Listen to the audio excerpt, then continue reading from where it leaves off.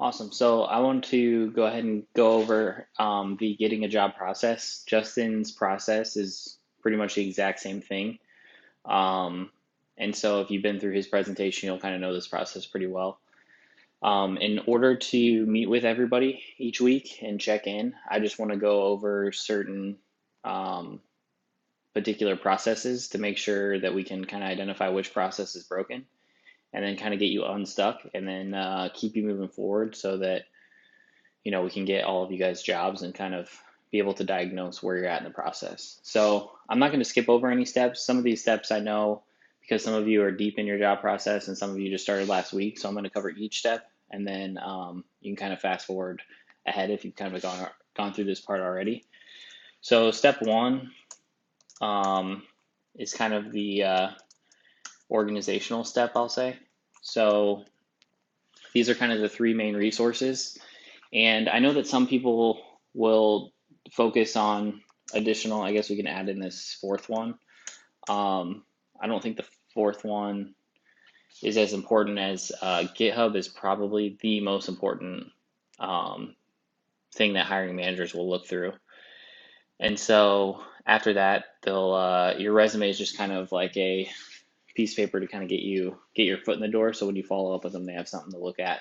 But I would say GitHub is probably the most important thing in that it's probably the if you watch hiring managers as they go through the hiring process, they'll actually just click on your GitHub account and then click on your last project.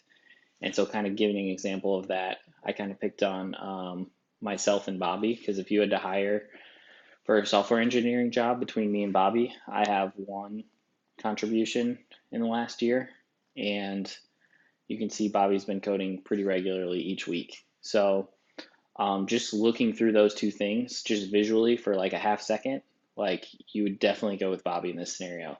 And then the next thing they'll do is click on repositories, go into your last repository.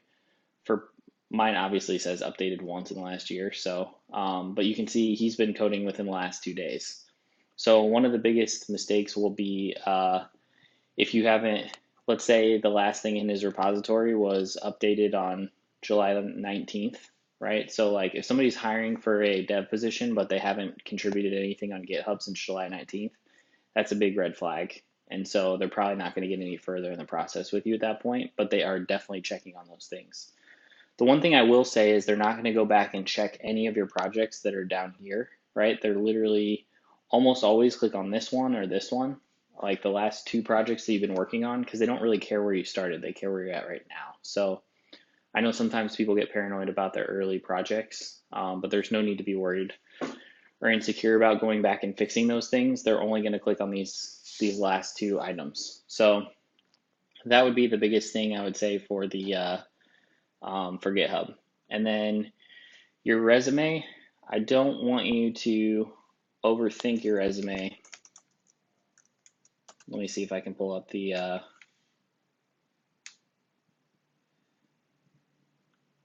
here we go. So the best resume that I've ever seen as according to employers would be this resume right here. So feel free to, you just can't copy the wording of it, but the format's fine. So the biggest thing is it's just a piece of paper, right? So you want to be able to kind of distinguish yourself so that you're more than just a piece of paper. And so this page is okay and kind of talks about what he's looking for, which is important. You need to be looking for something specific, not just any job that is available. And then um, this is kind of all pretty standard, but this is the part that kind of separates himself. And so when you look through his skill set, you can see if you were hiring for C Sharp, you would definitely want to bring this guy in for an interview, right? Because that's what he's good at and that's what he likes working on. Whereas if you look at something such as, let's see what's a little bit different, VB.NET. So he's really good at VB.NET, but he doesn't really like working with it. Same thing with PHP. So you would probably want to hire this guy for C Sharp versus PHP. So it's not to say you wouldn't hire him for PHP because you would, but kind of reading through like the comments that he gives kind of gives him some personality, right? So he's a little bit different than a piece of paper. Seems like he'd be enjoyable to work with, a little bit funny and sarcastic. So You can read some of those things on the right that kind of make you like him as you look at the piece of paper, right? So kind of giving an idea of like user design wise, I know it's difficult and some people have tried to like fit this in on the first page. But if you can give them a rough estimate of what you're good at and what you enjoy working on, like that gives a lot of insight into if this is a good fit for you or if it's not a good fit for you. So, and then some of the familiar tasks, some of these tasks down here are probably just for the words on the resume. And so, one of the things you want to do is kind of, it's almost like SEO for the resume. You want to use a tool for your resume called jobscan.co. So if you go to jobscan.co, let's go back here.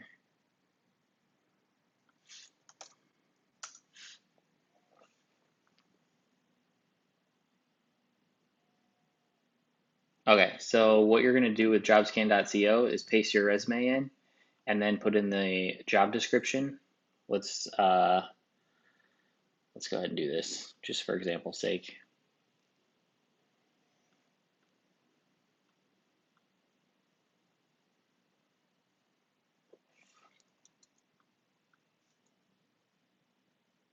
Oh, that's not good.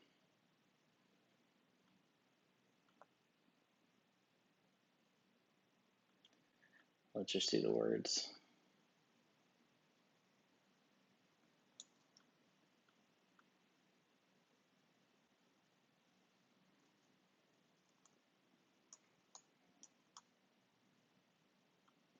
All right, let's upload.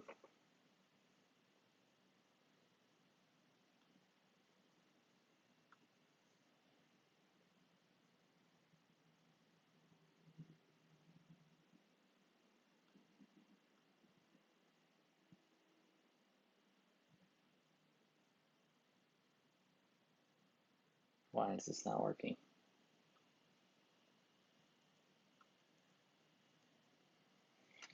All right, let me see.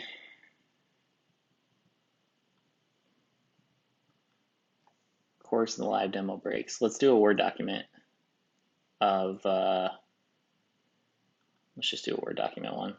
Okay, perfect.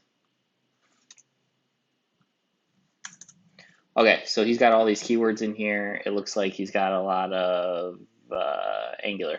So let's look for an Angular role.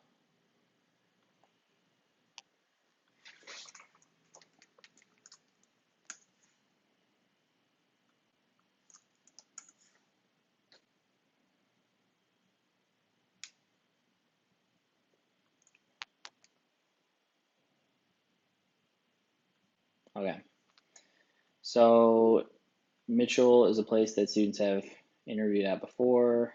They must have Angular in here somewhere. Let's go back to here. Okay, so you're just going to post the job description as well as your resume and then hit scan. And then what it'll do is match rate. Okay, so this is super insightful in that I have less than a 20% match of this application. 80% is a good number to shoot for. So that's super important to remember. The application tracking software findings will tell you essentially how much of a match you are. So you just want to keep going until you get to 80%. So at less than 20%, it tells you you're missing 6 important high value skills. So if you don't have those on your resume, let's see what the skills are. So job description as software development 4 times. So you want to put the word software development on your actual resume more times. Looks like there's a .NET position, but you didn't have that on there, C#. So like this kind of gives you an ability. Don't put anything on there that's not your actual skill set, but he actually had all of these skills, so he'll want to manipulate his resume so that it matches the job description that he's applying for. Because if not, it'll get weeded out of the application tracking software and no one will ever see it. So you just kind of go into a pile that nobody ever sees. So you kind of want to. It's a little bit of work, but it's definitely worth it to kind of get back past the algorithm essentially. So that is. I'll kind of stop there for resume. Anything else is not as high of an ROI. It's just more of a preference, I would say, based on hiring manager. LinkedIn, the two things that matter the most about LinkedIn are, let's go through Angular JS. So if you're a recruiter and you're looking for people in Angular, the top things are people who are your first connection, who are people you probably know. So these are just previous grads in my case. Um, and so the top thing you want to know is as soon as a hiring manager or recruiter types in a skill set, they're going to match first by first connections, right? So like you want to make sure anyone you've ever met, you're like constantly adding people, not people you don't know. But just as you go through, you want to continue to add people. You definitely want to add everybody in your class so that you kind of get access. Because if you're a second, that's fine too.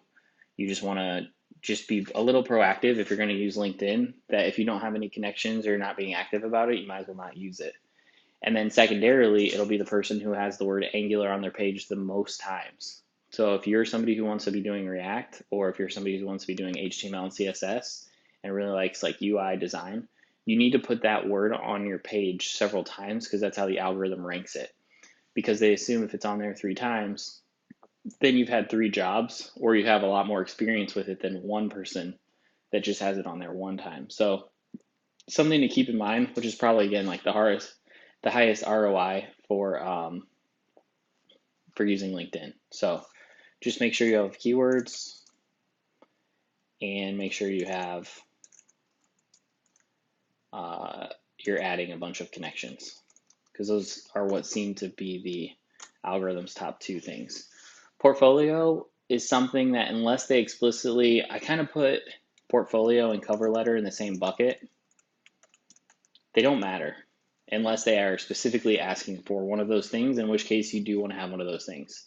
So if it's more of a UI or design thing, they'll probably care more about a portfolio site, like WordPress site, than otherwise. So they might ask for one. Same thing with a cover letter. If they ask for one, I would put one. Otherwise, I probably wouldn't put one because it's kind of the same as like when people ask if a resume should be 1 or 2 pages. You can ask 50 hiring managers that we've had in the classroom, and 25 will say 1 page, 25 will say more than 1 page. And so sometimes you need more than 1 page to get all the keywords on your resume. So there's no wrong answer per se. So I would definitely go more than 1 page, by the way, if I had to choose, especially if I needed to fit more keywords on, because it's more important that I get through the screener than they think, oh man, this is more than 1 page. Um, so that's kind of a summary of like the highest ROI. I know there's going to be detailed questions about those. So when we meet one-on-one, if you have detailed questions about any of those 4 things, we can go through those case by case. Step 2, you want to kind of generate 5 to 10 companies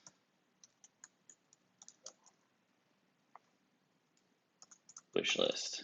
So maybe you have your eye on 5 to 10 specific companies that you've heard about from previous grads, or you met at a meetup, or you went on site for a meetup, and you're like, I really want to work at this place. So let's say one of those places is GoPro or wherever. Let's do GoPro times 10. So you have 10 of those companies. So the thing about follow up with companies is you're not going to go super deep on follow up, as we'll go over in a little bit. But for the 5 to 10 companies you really want to work at, and even if you just have 2 or you just have 1, that's fine too. You go really deep on the companies you really want to work for. The rest of it, you're just playing a numbers game because you need an opportunity. But you do need at least 1 or 2 companies that are like the one that you're never going to give up on. Even after you get a job, you're still going to continue to follow up with the hiring managers there because you want to work there eventually, if not right now. So you kind of want to make a list for yourself what those companies are. So I will ask you what your wish list is. There's no wrong answer. Even if you say 0, you just want a job, that's fine. But if there are specific companies that hold different weight in your head, I definitely want to know about those. So these are probably the highest probability of searching for a job on. So these 4. So let's just, there's a million others, but let's just start there. So this step's pretty straightforward, and most of you have probably done this, right? So let's just go to Indeed. I've already pre-populated with junior JavaScript there's no search term that's better or worse. Some will reveal different jobs. Um, you just want you will want to pay attention to like 3 days ago versus 10 days ago. Those matter. Um, but for now, let's just scroll through and pick one that, let's just go with this one. So let's go with pint. All right, so it says apply on their site. So let's go to Pint's site.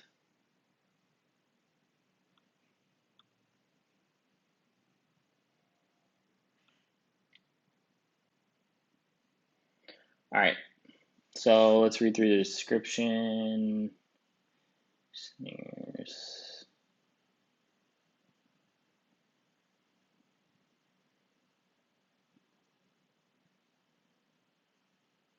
Okay, so they tell you if you're more junior and you're committed to developing professionally, Pint might be for you. So I know it doesn't say junior on it, but if it says 5 years or more, then I may not apply to it. But anything under 5 years, I would say is pretty much free game because they're putting together a wish list. So in general, when you even look at these, I would say if you qualify for 60% of whatever the requirements are, then it's worth applying, in my opinion. So bachelor's degree, I can tell you they're probably going to overlook that almost with 100% certainty. And then as you look through all these technologies, so there's Node, PHP, JavaScript, C Sharp, Ruby, Go, Haskell. So you're probably not going to have all of those, nor is anyone else. So you just want to go with the 60% rule. So if you qualify for 60% and you know what, looks like there's 7 of these tags. So if you qualify for like 4 or 5 of them, then you're good to go. So I would for sure apply to this one. So I will probably go to their site to apply for this. I don't think that matters either way, because really what you need is the human relationship. So you want to go to, this is the source I use. So let's just write that down. If you just Google this, it'll come up. You can also just Google email validator free or free email validator, and you can guess people's emails, which takes a little bit more time than this particular resource. So I kind of default to this one first if I can find it. So we just want to log in. You get 50 for free, and then after that, I think it's like 5 cents per email. So I'll let you guys make the judgment call on whether you think that's worth it or not. I've never paid for, I've only found 14 out of 50, and I've been using this for like 2 years. So, anyways, you can kind of see. So it looks like I've already used Pint as an example before. And so you can see I've only used these as job search. So we found the CEO of MindTouch, the CTO, found some people that wanted to work at Riot Games. This is Classy's HR person, or at least it was a year ago when I searched it. Same thing. So you'll notice some in here like Pint, I looked up this guy first and I wasn't able to find his email. So I just went to the next person, and it looks like Jimmy Tam. Let's see what he does.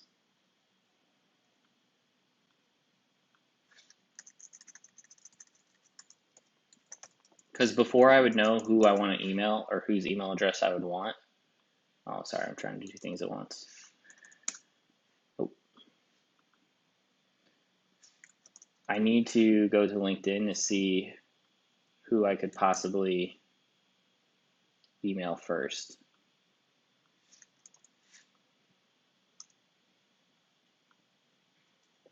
So 63 people to choose from. I always like to email the people that are in charge first, and then if they don't respond, then I kind of work my way down. So so that's probably why I hit up Jimmy, because he's the technical director. So he's going to be like the final, this would probably be a good second person, the director of front end engineering. And then if he doesn't respond, then I would probably go down to, honestly, I wouldn't mind doing like a QA person, because he probably doesn't get very many emails. So if you email him at least, and just ask like who's the appropriate person to reach out to, because you know he's getting like 0 of those emails. Creative director. So I would probably stick with Jimmy to start with as the technical director. So the general rule is the bigger the company, the more I am going down in like seniority. If it's like 7 people, I might email the CEO or CTO directly. But looks like they have about 60 people, so I'll start with the technical director, and he might be too busy, and then I would move to front end engineering. And then if not, I just email somebody on his team and be like, who is the right person to talk to about working there, or ask, you know. So for now, we'll say Jimmy. So we went on there, we found his email, so now we know Jimmy@pint.com. So what then I would do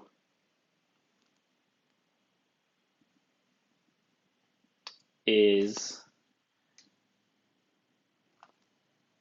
scroll through, and you want to see kind of his background. And you just want to do some general research on Pint itself. Let's go to Pint.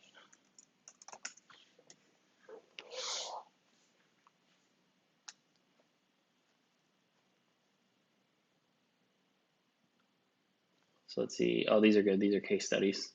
So let's see. Okay, so when I'm writing emails in the future, I'm going to start to use some of these terms because they have them on their site, right? So you want them to know that you've looked at their site and you've done the research, but you don't want to explicitly say, I've looked at your site and I've done the research. You just want to start to use some of the terms that they've used. And so we'll come back to this, but this is good to remember. Okay, so here's Jimmy. Usually they don't have something you can actually read. All right, so CGI, programming in Perl, and also he was involved with this project, it looks like, and then the San Diego Bay project. So I would actually, if I was applying to this job right now, just Google these two and then maybe this, and just see if I can come up with anything that will connect with him or anything that I don't know what the San Diego Bay project is, but I would look into it and see if I had a similar interest, just because it's worth knowing. And then if he didn't respond, it looks like I would hit up Joe, or then I would kind of go to maybe a project manager if I was just picking off people on the site. So then the next thing I would do is, let's go to our work.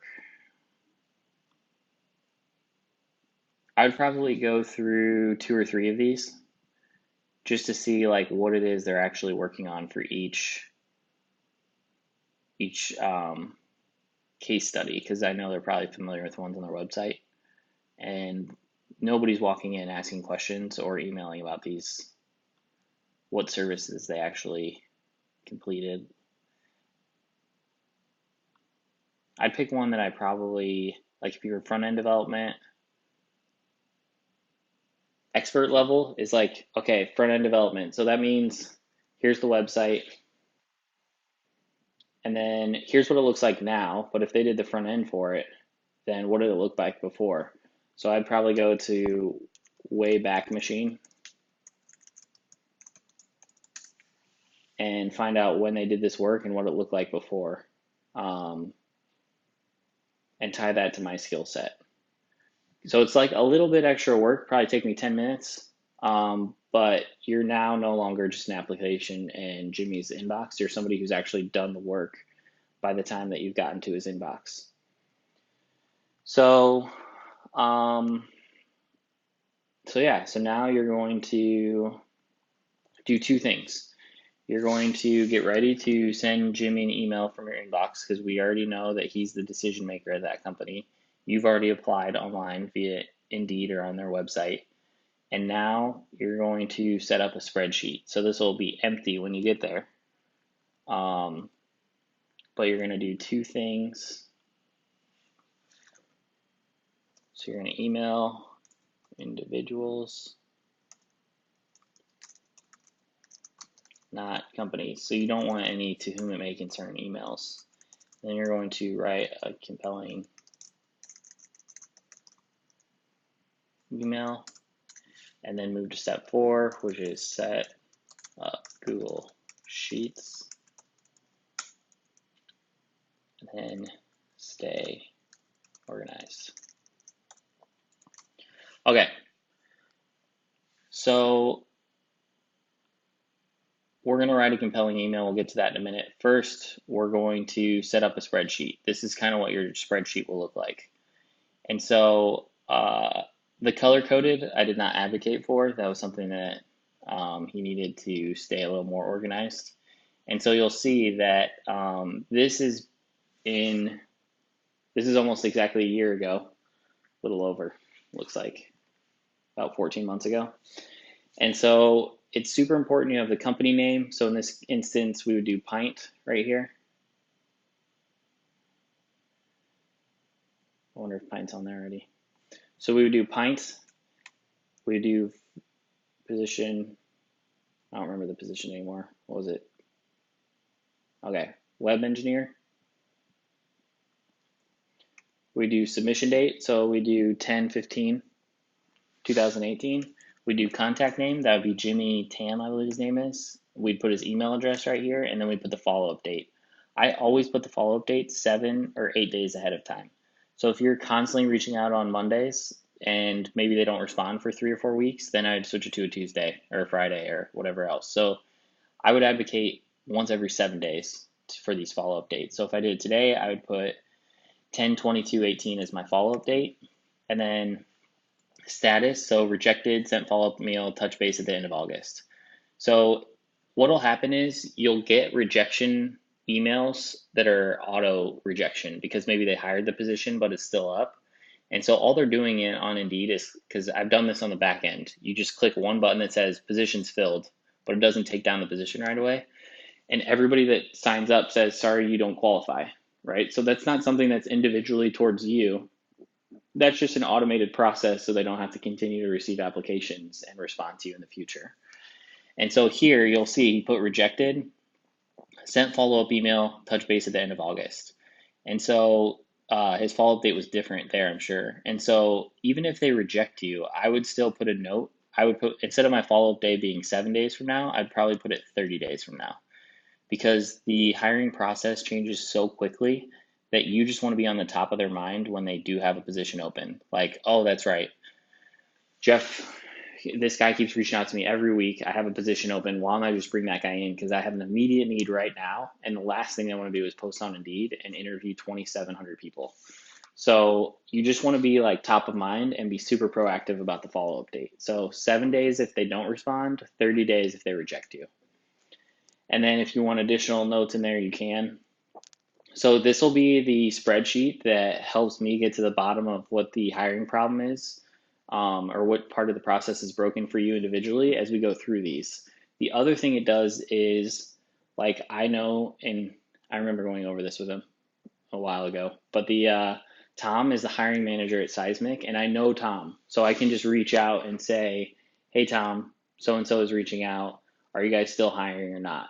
So if he says, oh no, we're not hiring, or we haven't started doing interviews, we can do those in 3 weeks, that kind of helps you have more information than you'd have otherwise, so you don't get discouraged that he's not responding yet, but maybe in 2 weeks he's starting interviews. So I can kind of help navigate some of that if I know where you've applied and who you've reached out to at those companies, right? And so, like, same here, New Rocket, Michael Roberts knows Todd at New Rocket. So like in applying at these roles, and then Classy, he hasn't found anyone, but again, we know, and Justin has worked super closely with Classy in our job fairs. So if we know where you're applying, we can help you. If we do not have any information of like where you've applied and just like I've applied to a lot of places, it's really hard for us to be very specific in how we help you in the 30 minutes we meet with you each week. So the more information, the better. Again, Miva, we have previous grads there. So even now, we have more relationships and knowledge of these than before. Sochi, where Tommy got hired, was one we applied at. So you'll see for this Run Buggy one and Miva, Viasat, Veo, I actually don't count these as applications, because if you don't reach out to somebody at the company, then it's very rare that they would give you an interview because they don't know who you are. You're just in a giant pile, and those piles are very discouraging for hiring managers to go through. They hate doing it. So you just want to make it as easy as possible for them to be able to find you, and that's by reaching out directly to whoever the decision maker is. And then every 7 days, you're following up with them. So that's kind of the process is just company name, position, submission date, contact name, email info. Here, if you don't get their email info or you can't find it, then I would just direct message them on LinkedIn. So you can either add them on LinkedIn and wait for that and then send a message, or you can just get the premium subscription that's like, I don't know, they always change the price, but that you send in-mails for, and then they can respond to those in-mails, and I think you get like 20 a month. So I would advocate for that just so you can like reach out to somebody there. But you want to make sure as you go through this that you're putting LinkedIn or their email address, because when you go follow up, you're not going to remember in real time of these 30 positions which one you have their email address and which one you LinkedIn. So you want to stay super organized on this to make sure that you don't miss anybody. So for Jason in particular, he only had to reach out to, it looks like 44 companies. And then he actually got hired at this company right here, Sightly. Um, yeah, that's where he ended up working at on this. So it only took him about 38. I would say even less than that because he didn't reach out to very people specifically. But it took him about, I believe, 4 to 6 weeks to get through all these. Probably 4 or 5 weeks because he was pretty diligent about applying to 10 a week. So because of how tedious the task of like even with Jimmy and going to the Pint site and then reading Jimmy's background and then you're going to write 2 emails to him, it's a very tedious process and applying to jobs gets very tiresome mentally. So I would just give yourself an hour and a half max each day that you're applying to jobs and just apply to 2 a day just on the weekdays and then take the weekends off. And so you're just applying to 2 a day, going all in and taking probably 20 minutes, 15 minutes to write a very customized email to Jimmy that is specifically like tying in. And I'll review in a one-on-one format of how to reach out. I would specifically just tie in the front end aspect of some of the clients that he's done and reach out and just say, hey, I applied for this position at Pint. Are you guys still hiring for this? I wanted to get your thoughts on my last project because I worked on something similar to what you guys are working on there. And so if it's a hiring manager, I'd keep it more formal. If it's just an individual dev or like a QA person, then I would actually say, hey, can I get set up a call or buy you coffee one morning to get your thoughts on what it's like to even work there. And so, it's kind of hit or miss on that. That's why I'll kind of do a one-off scenario of just reaching out, but just reaching out and letting them know that they got your application, and then adding 1 or 2 things that are kind of separate you from the crowd per se would be enough to kind of facilitate that. So if you're somebody who's really good at writing those emails, we'll be able to tell based on your the amount that you're applying to versus how many phone interviews versus how many in-person interviews. But if you're terrible at it, it's just another skill that we'll kind of work with you on to make you get better at it. But I just know that if you're reaching out to these individuals, if you're okay at it, you'll get a response from like 2 out of 10 people. If you're great at it, you'll get 4 out of 10. If you're terrible at it, you'll get 0 or 1. And so I do want to preface that like for your first 2 weeks, I want you to assume that nobody's going to reach out to you. But the important thing is that you set up these follow-up dates, and then the first email is like super customized to like what it is you're trying to say. And then when you follow up on 10/22 for to Tom, all you want to say is, hey, I'm just checking in, see, just pinging you, checking in to see if this job is still available because I really want to be a part of the team. Thanks. So the first time you apply will take, 15, 20 minutes to like research some things. And then the second time you can just ping them and just write one quick sentence to kind of get his attention.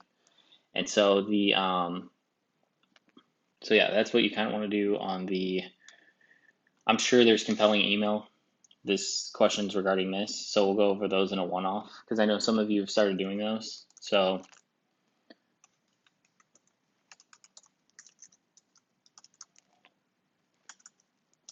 consistency always wins. Even if you write bad emails, but you do 10 a week and then you do 10 more next week, and you're following up real quick with one sentence to these 10, by the time you get 4 weeks in, you're now emailing 40 hiring managers every single week in San Diego and kind of getting to the top of their inbox. So that has always worked in terms of like people that have followed through consistently. You can see there are giant holes in some of these positions because he couldn't find anyone there and he counted it anyways. Again, I don't count those because those kind of go into the black hole. So if you're optimizing your resume to get past application tracking software and you're reaching out to these people and getting in front of them, then you will start to get some traction on phone interviews and in-person interviews. And that's why you want to make sure the rest of those times outside the hour and a half, 2 hours you're doing this each day, that you're coding, because eventually, typically around weeks 4 to 6, people will be like, I don't need to have a 30-minute call this week because I need to focus on these interviews. So that's typically what will happen in this scenario. And the last thing I'll say is, like, I want to start to be working with you guys on this stuff. So, oops. So I'll put this in the Slack channel as well, the grad Slack channel. But I just want to meet with everybody that's still looking for a job, and going through this process so we can help you get through it as quickly as possible. So if we get to our 30 minutes each week and you haven't applied to any jobs that week, we don't have anything to talk about. It's more of like going through the previous 10 jobs from the last week and then making sure and seeing if I can help facilitate any of the 10 people you reached out to, and then looking through your emails that you've sent to hiring managers and see if we can like think of something creative to get in front of them. Because as complicated as this process seems, right? Like, I'm sure some of you are aware of people within your own job hunting group that has made it as simple as just show up to the hiring manager and bring them donuts and get an interview that way, right? And so like people have gotten jobs from doing that in the last month, as some of you have known. So so it's not super complicated. We just got to get you guys in front of the people that make the decisions, and we just need to make sure that you're consistent, because if you get discouraged one week and apply to 0 jobs one week, you're now off the radar, and you could have another 10 jobs that you're adding that you have follow up with people. So make sure that when we have our 30 minutes each week, that I know the first week will be a little different because you're getting set up and probably still have questions about this process. But if we're 2, 3 weeks in and you meet and you're like, oh, I've been on vacation, I haven't had a chance to apply to anything, we don't really have anything to discuss because I can't continue to like reach out to anyone proactively for you. So it'd be super helpful for me if you can just give me the information who you're reaching out to, and then I can help facilitate that and give you feedback and help you like revise some of your emails along the way. And then I can be like super effective on helping you get your job. So that's what would be helpful from my end. And so just make sure that I actually am throwing it on my personal calendar so that the Origin one's separate. So this one I'll meet with people each afternoon, each week. So I have enough time on the calendar to meet with everybody for 30 minutes a week. So I'll post this link in the grads channel. And then when you want to meet and go over everything, let's just start knocking it out so we can get everybody jobs by the time 2019 gets here. So that's all I got for now. And I will meet with all of you over the next week or two. So looking forward to it. Thanks. Bye.